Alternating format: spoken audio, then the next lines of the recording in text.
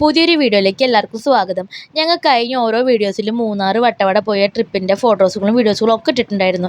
ഇതിപ്പോൾ ഞങ്ങൾ ഏറ്റവും ഫസ്റ്റ് അവിടെ മൂന്നാർ പോയപ്പോൾ ആനച്ചാലിലായിട്ട് ഞങ്ങൾ സ്റ്റേ ചെയ്തത്. അവിടെ ഹോം സ്റ്റേ ആയിരുന്നു കേട്ടോ. ഒരു വീട്ടിൽ തന്നെയായിരുന്നു അവർ തന്നെയാണ് ഹോം സ്റ്റേ ചെയ്യുന്നത്.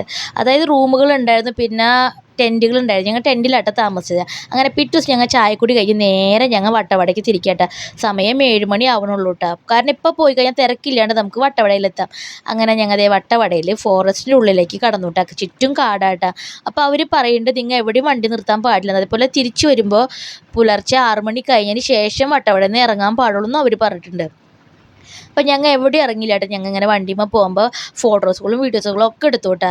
നമുക്ക് മൂന്നാർ വട്ടവട നല്ല പ്രകൃതി ഭംഗി ആസ്വദിച്ച് വരാൻ പറ്റുന്ന ഒരു സ്ഥലമാണ് കേട്ടോ. അപ്പോൾ ചുറ്റും നല്ലൊരു അന്തരീക്ഷമാട്ടോ.